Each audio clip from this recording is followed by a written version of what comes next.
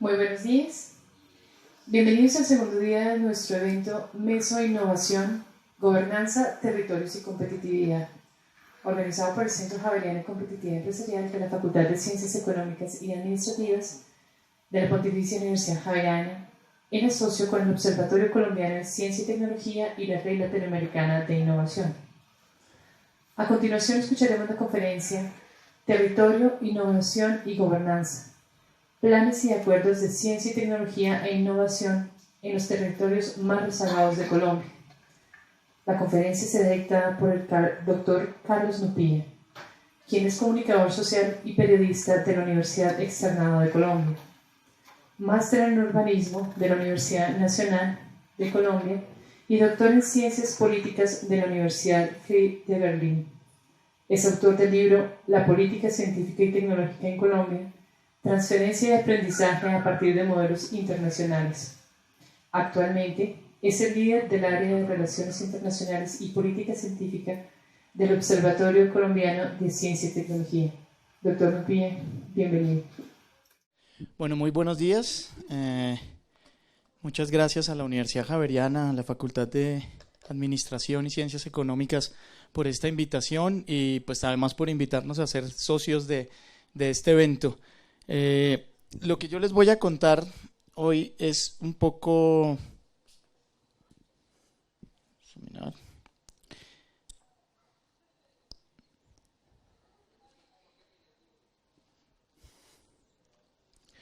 Es un poco una experiencia de reflexión y de estudio de un fenómeno que a nosotros como Observatorio Colombiano de Ciencia y Tecnología nos llega día a día de diferentes maneras. Y es algo relacionado con lo que son las políticas de CTI. Cuando decimos CTI, generalmente acá en el país incluimos ciencia, tecnología e innovación, podrían ser homologadas como políticas de innovación en términos generales. Y son las preocupaciones que llegan de los territorios. El concepto de territorio en Colombia pues está muy ligado a los departamentos, a las regiones colombianas. Y especialmente con una reforma que hubo en el año 2012 sobre el sistema en que se distribuyen los recursos de las regalías, que son, digamos, recursos provenientes de los bienes, de los recursos de energía, minería que tienen las regiones.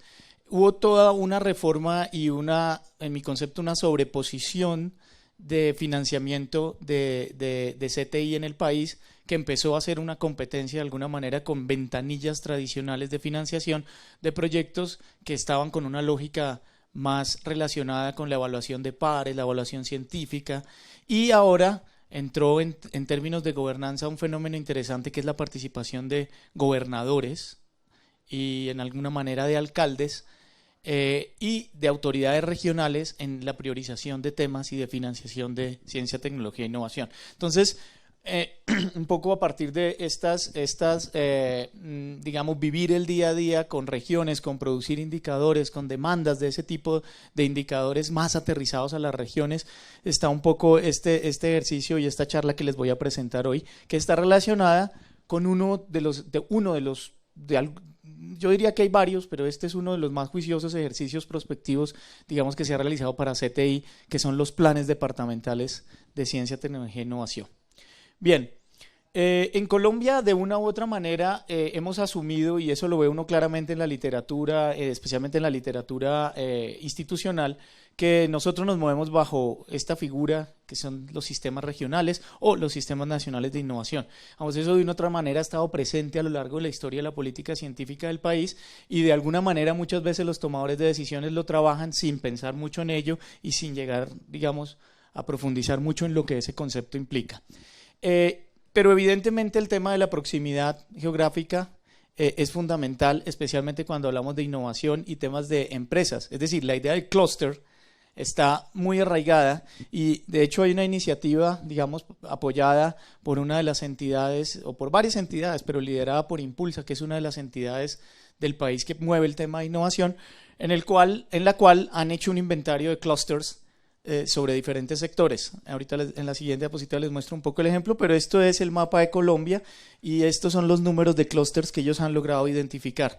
existe una metodología para que se diga que es un clúster, se postule, digámoslo así, y pues logre figurar en esto. No es nada normativo, no es nada mandatorio, digamos, pero digamos, ahí ustedes pueden ver una idea del territorio nuestro que tiene, pues digamos, una concentración, hablando en términos de territorio geográfico, muy fuerte hacia esta zona que es nuestra zona andina.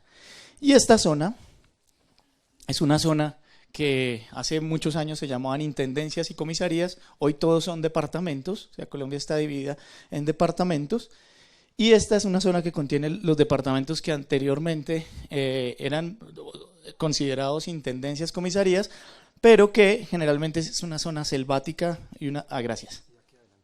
Listo.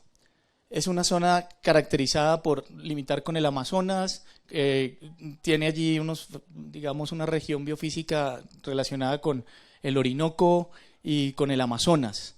Entonces es una zona bastante rica en términos de biodiversidad y en términos de medio ambiente, pero es una zona que tradicionalmente ha sido difícil de acceder, digamos, con unos problemas de accesibilidad fuertes en términos de transporte. Desde 2000 el país ha impulsado esfuerzos porque los territorios, es decir, cada uno de estos departamentos, ahora les voy a mostrar un mapa donde se ven más claramente estos límites, que en realidad pues son límites administrativos. Desde 2000 han existido esfuerzos para hacer lo que se llaman agendas de ciencia, tecnología e innovación, y varios ejercicios como prospectivos que no han estado ligados exclusivamente al área de ciencia, tecnología e innovación, sino que pueden venir de otros ejercicios, incluso influenciados por cooperación internacional o por otro tipo de iniciativas que buscan hablar también de competitividad, de innovación. Y finalmente, digamos, entre el año 2013 y 2014, el país logró que cada uno de los 32 departamentos tuviera un PECTI, o un plan departamental. Y eso, digamos, en términos de planeación, por lo menos en un enfoque de arriba hacia abajo, es algo interesante, significativo, y dice uno, bueno, si tenemos 32 PECTI, quiere decir que tenemos una política nacional de innovación o de CTI. Esa es una reflexión, digamos, que me gustaría retomar al final. Bien, estos son unos ejemplos de los clústeres que existen. Pues Bogotá y Antioquia, digamos, son de las regiones que más concentran ese tipo de clústeres. Esto lo pueden encontrar en la página de Red Cluster Colombia, y allí hay varios temas, digamos, que ustedes pueden mirar. Eso simplemente la tenía a manera de ilustración. ¿La dejo? No. Bien, ahora, ¿qué nos dicen estos PECTI, digamos, estos planes? Primero, pues hay una concepción implícita allí sobre que tienen los actores sobre la relación territorio-innovación. ¿Y por qué los actores? Porque muchos de ellos fueron hechos, es decir, fueron financiados con dineros del gobierno central, de Colciencias, y Colciencias lo hizo vía una convocatoria, bueno, 2 convocatorias, y ponía como condición que hubiera participación de los actores. Por lo tanto, esa concepción, digamos, se ve mucho dependiendo también quién haya liderado el PECTI en cada región. Ya vamos a mirar un poco sobre eso. Y esa relación con el territorio, digamos, se puede ver como en dos, yo no diría que extremos, pero por lo menos 2 puntos. Uno, donde el territorio es concebido como algo netamente físico y geográfico, o sea, donde las aglomeraciones son muy importantes, el concepto, digamos, básico de Porter. Y otro donde, digamos, lo cultural y lo socioambiental pesa más, o sea, el concepto de región de aprendizaje es un poco más evidente. Y han sido, como les comentaba, liderados por actores que tienen una afiliación de alguna manera con esas regiones. En el año 2000, cuando se hizo un primer intento de esto, los esfuerzos fueron hechos muy por actores externos a las regiones, y entonces uno veía que aparecían muchas firmas consultoras diseñando los planes de ciencia y tecnología de las regiones, o las agendas en ese entonces de las regiones. En este caso, existe algún grado de participación comunitaria, como les dije, exigido por la convocatoria que financiaba esos planes. Y lo otro que me parece importante es que cuando vamos a hablar de política en CTI, por lo menos estos 32 planes tienen una información sistematizada y unos elementos, digamos, algunas herramientas metodológicas, si bien todos son muy diferentes metodológicamente, tienen algunas bases de prospectiva interesante y tienen unas cifras interesantes en términos de región, o sea, unos indicadores. Bien, ya les comenté, esto fue financiado entre 2011 y 2012, Colciencias hizo 2 convocatorias para formularlos.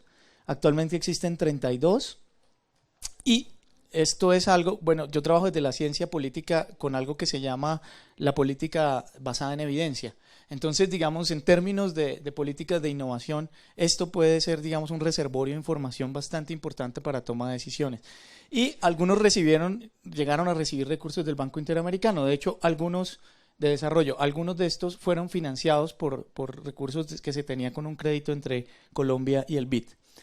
Pero, y esto sale a relucir, yo no lo tenía tan claro, finalmente quedó claro con el borrador de un documento que ahorita es la nueva política, en nuestro contexto se llaman los documentos COMPES, que son los documentos que hace el Consejo Nacional de Política Económica y Social, que no es más que la reunión de todos los ministros, y no tienen carácter vinculante. O sea, es un primer aspecto interesante. Es decir, se hacen ejercicios de este tipo con una participación de gobiernos y de actores muy fuerte y finalmente no se sabe. Pero muchos de estos ejercicios están planeados para ser de 2000 a 2025, 2000 a 2010, algunos varían. Lo de la diversidad de metodología ya se los comenté. Como fue una convocatoria, muchos actores digamos, participaron. Nosotros en el observatorio apoyamos la realización o lideramos 4 de estos PECTI, no son de los que voy a hablar hoy, pero 4 de estos PECTI y con mucha información, digamos, sobre el tema y con mucha metodología especialmente. Eso sirvió para consolidar en el observatorio una línea de trabajo regional interesante. Y el otro gran hito, digamos, que ocurre durante la realización de estos, un poco después, es que se reforma el sistema general de regalías que, como les comentaba, creó un fondo del 10% para financiar la CTI en Colombia. Entonces eso también, estos planes salieron en un momento donde no se sabía bien cómo iba a ser esa reforma. De hecho, Colciencias, y hay una entrevista del director de la época de entonces diciendo que él no sabía que esa reforma iba a ocurrir. Fue una reforma al sistema de regalías que vino más desde, digamos, la instancia del Ministerio de Hacienda que de la misma autoridad política de ciencia y tecnología. Cuando Colciencias se entera de este tema, ya está muy definido todo y lo que tiene que hacer es implementar cómo va a distribuir esa cantidad de recursos.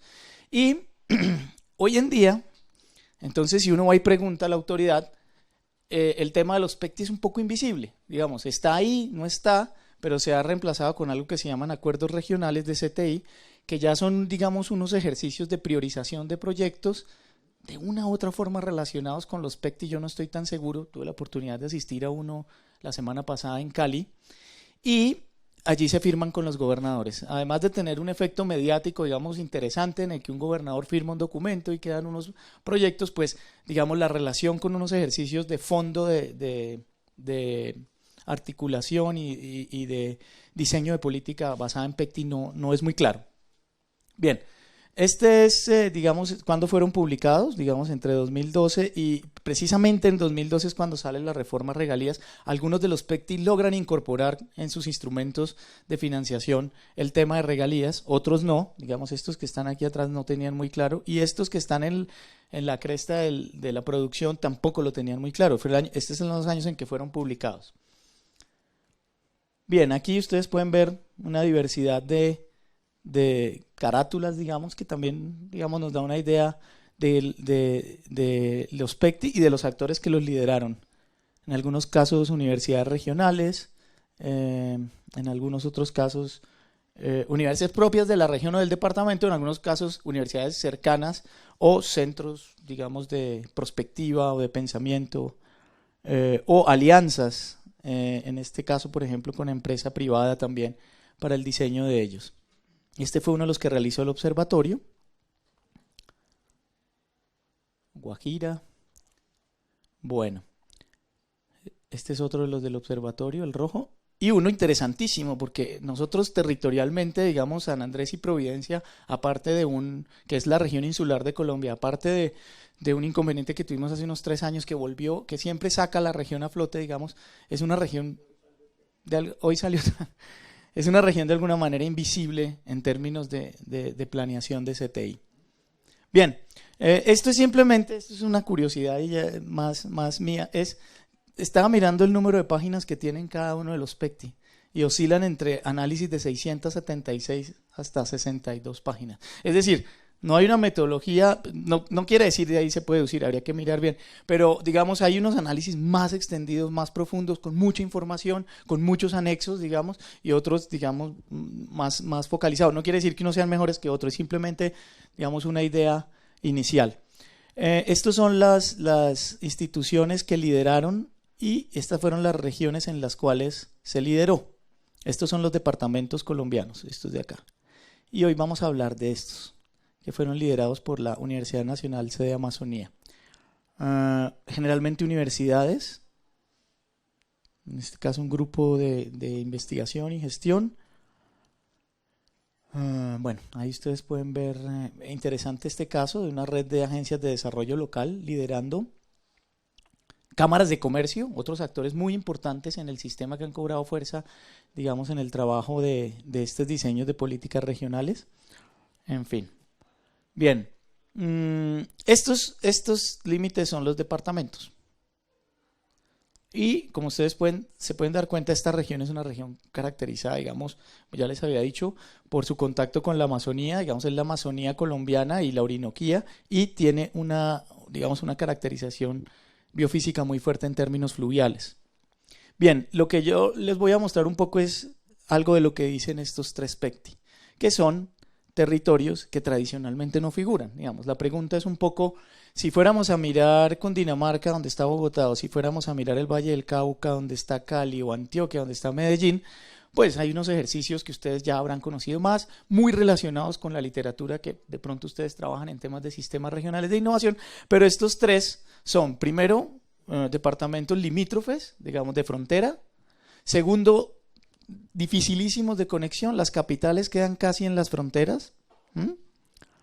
Y con unos problemas de conectividad muy grandes. Y también con aquí voy a mostrar la caracterización de esos tres, muy global, con algunos problemas de información. Estos datos son producidos por el observatorio, los tomé porque ya estaban elaborados y están a 2009, que era una época más o menos en que se estuvieron haciendo los PECTI, pero son territorios caracterizados por tener pocos municipios muy distantes, fíjense, municipios dentro del departamento, por tener una población realmente baja comparada con la extensión territorial que tienen. Esta es la extensión en kilómetros cuadrados de todo Colombia.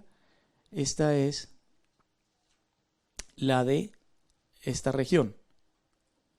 Y con participaciones también importantes en términos de PIB, con respecto a todo el PIB nacional para el año 2009, sin datos, en ese entonces datos de tasas de desempleo de población económica activa no estaban disponibles o no los logramos calcular, y con altas tasas de analfabetismo. Entonces, esas son un poco, muy en términos generales, las condiciones de estos departamentos en los cuales se supone que hay una política de CTI, o que se quiere hacer una política de CTI, o que se integran a una política nacional de CTI. Bien, aquí hay un dato de lo que ocurrió con el fondo de regalías, que destinó un 10% de los recursos de regalías a un fondo de ciencia, tecnología e innovación. Esto fue en el año 2012. Y estos departamentos, se suponía, o lo que nos habían informado, era que la distribución de estos recursos era basada en necesidades básicas insatisfechas, lo cual generó entre la comunidad científica un revuelo enorme, porque pues se decía que muchos de estos territorios iban a recibir cupos presupuestales, asignaciones, y no tenían capacidades. Como pueden ver ustedes, no eran territorios. Aquí están nuestros tres territorios, y en realidad no son tampoco una torta tan grande, digamos, comparado con, aquí tenemos Nariño, o Cauca, o Antioquia, Córdoba en este caso, que es uno de los más grandes. Ahora, estos son datos a 2013, hay una nueva resolución, pero es que esta gráfica estaba más bonita, la otra es más fácil mirar acá, y las distribuciones son más o menos similares. Entonces, digamos que esto es un poco, estos recursos lo que empezaron a hacer es a estimular precisamente diseño de políticas regionales, porque son estas gobernaciones las que tienen que presentar esos proyectos, o diseñarlos, o facilitar que los actores los diseñen para poderlos presentar al fondo de regalías. Bien, aquí unos datos. Entonces, ¿cómo lo miraríamos con los tradicionales indicadores? Y pues estos son unos boletines que se produjeron en su momento en 2011 por el mismo observatorio, pues realmente instituciones de educación superior en el Bichada una, y es de carácter gubernamental. No quiere decir que sean probablemente espacios físicos, muchas veces son alianzas con otras universidades. Y en términos de producción de artículos, pues Web of Science, eso no es ahí. Sí, digamos, es una cuestión que, digamos, si la pregunta que discutíamos un poco con una presentación de Ismael hace como 2 días, ¿son los indicadores que reflejan eso o estamos poniendo el foco en otro lado? Definitivamente, digamos, ahí no sale. Obviamente, este tipo de análisis está hecho mirando autores asociados a esas regiones, no conocimiento que esté asociado con esa región, cosa que podríamos modificar y de pronto nos daría unos datos más interesantes, pero datos como esto y tablas como estas, que son además estéticamente bonitas, 0, 0, 0, 0, están llenos de sus documentos. Aquí, BAUPES. En este caso, una dinámica un poco mayor de instituciones de educación superior, hospitales, actores importantes, digamos, en términos de conocimiento, algo que en lo que el observatorio ha hecho un trabajo interesante porque los hemos metido mucho a contabilizar su gasto en ciencia, tecnología e innovación. Y es un actor que generalmente no se tiene mucho en cuenta. Y obviamente gobierno, en este caso, pero cifras pequeñas, o sea, en 10 años, 2 artículos de Web of Science y 4 de Scopus. Graduados de instituciones de educación superior, pues lo mismo. O sea, aquí ya estuve mirando datos más actualizados y la cosa ha aumentado un poco, pero digamos para el momento la producción de los PECTI, pues doctorado no existe, niveles técnico y tecnológico, y lo que más hay es pregrado universitario, que es este. El caso de Guainía, algo similar.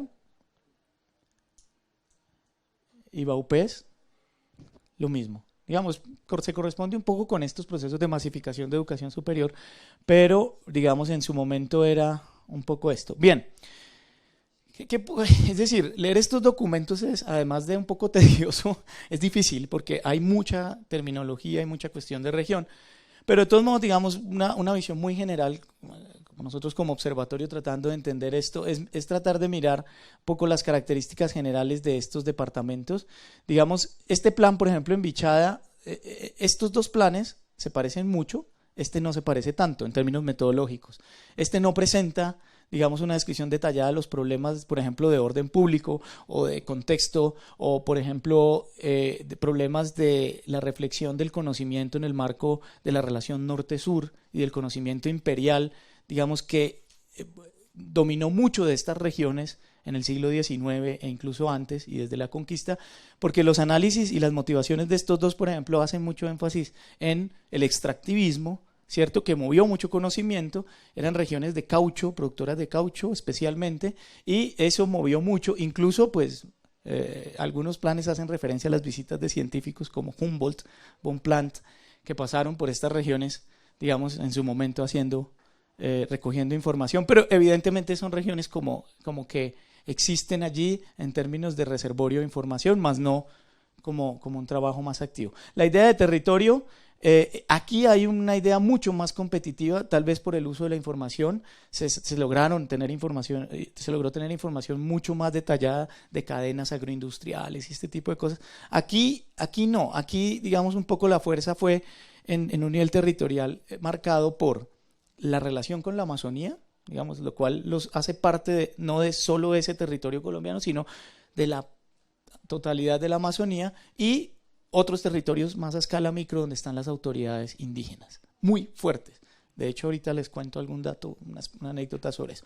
Áreas de inversión, pues no las voy a repetir, ustedes pueden mirarlas acá. Este plan, por la metodología que tenía, digamos, era mucho más ajustado al estándar de un plan prospectivo que uno podría tener en la mente. Estos están un poco más mirando precisamente la articulación territorial en términos más de medio ambiente y de la cultura. ¿Sí? Listo. Ok.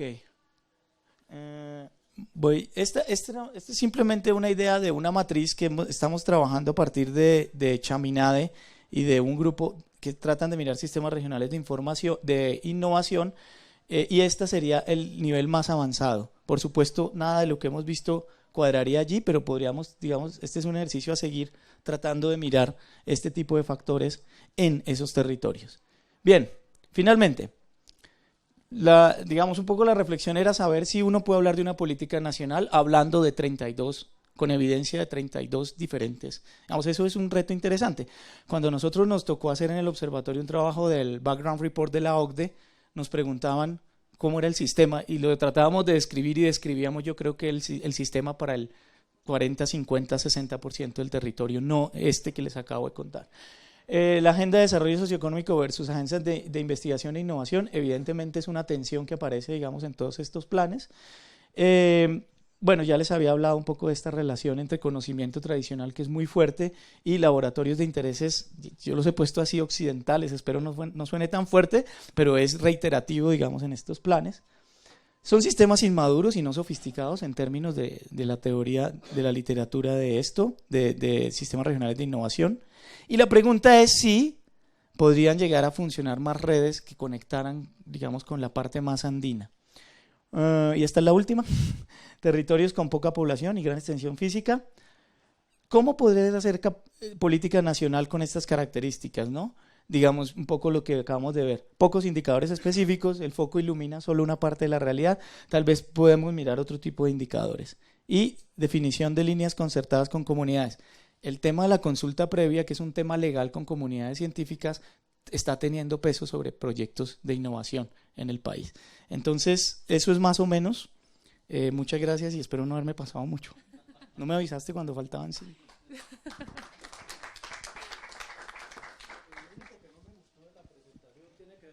Que los planes, la lectura era aburrida. Y lo digo porque yo fui el director del plan de ciencia, tecnología e innovación del Bichada. Con el grupo de bionegocios, que es el grupo que dirijo en la Universidad Nacional, desarrollamos este trabajo y comparto plenamente, quiero reafirmar, es que comparto plenamente la apreciación, en el sentido de que allí en estos territorios no hay verdaderamente una infraestructura y yo pensaría, incluso dentro del plan quedó muy claramente marcado, hay un problema fundamental, llamémoslo de maduración institucional, porque no hay una verdadera institucionalidad en donde uno se pueda apoyar para comenzar a trabajar desde esa visión que estamos hablando de gobernanza, territorio, competitividad. Precisamente el problema de la gobernanza, si lo miramos desde el punto de vista de la institucionalidad, es casi imposible de trabajar. Y eso que tuvimos excelentes relaciones con la gobernación y hicimos un ejercicio verdaderamente participativo con las comunidades, tuvimos obviamente que recorrer el departamento, encontrarnos con todo tipo de grupos, a pesar de que allí no aparece todo el tema del orden público, pues fue un tema fundamental que impidió, digamos, o que dificultó la labor correspondiente.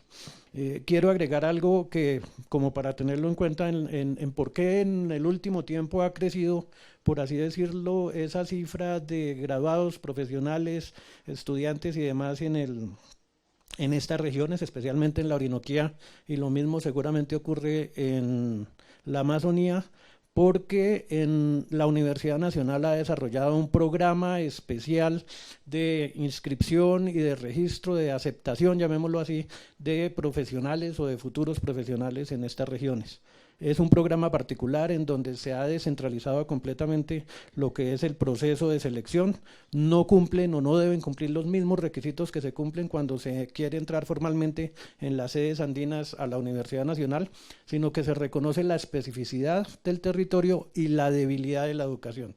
Entonces se genera un programa muy práctico, vale la pena mencionarlo, hago breve propaganda con eso, y tiene que ver con que se logra que durante los 2 primeros años los estudiantes que se inscriben y que quedan matriculados de la región realizan sus estudios en esa misma región a partir de estudios semipresenciales, llevando también el conocimiento, llevando aquí las materias, asignaturas y demás desde Bogotá por una parte, por conferencias, videoconferencias, todo el tema en línea, pero también con acción directa presencial.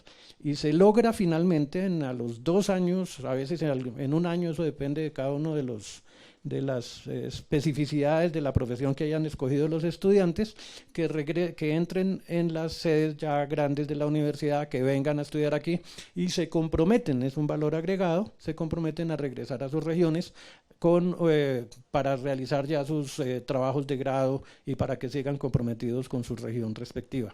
Entonces tal vez por eso es que se está marcando claramente ese ascenso así como imprevisto, llamémoslo, en el tema de la formación de profesionales. Y con gusto, si alguien tiene preguntas posteriormente, pues yo voy a regresar nuevamente y estoy dispuesto a contestar. El del Pichá era el más agradable de leer.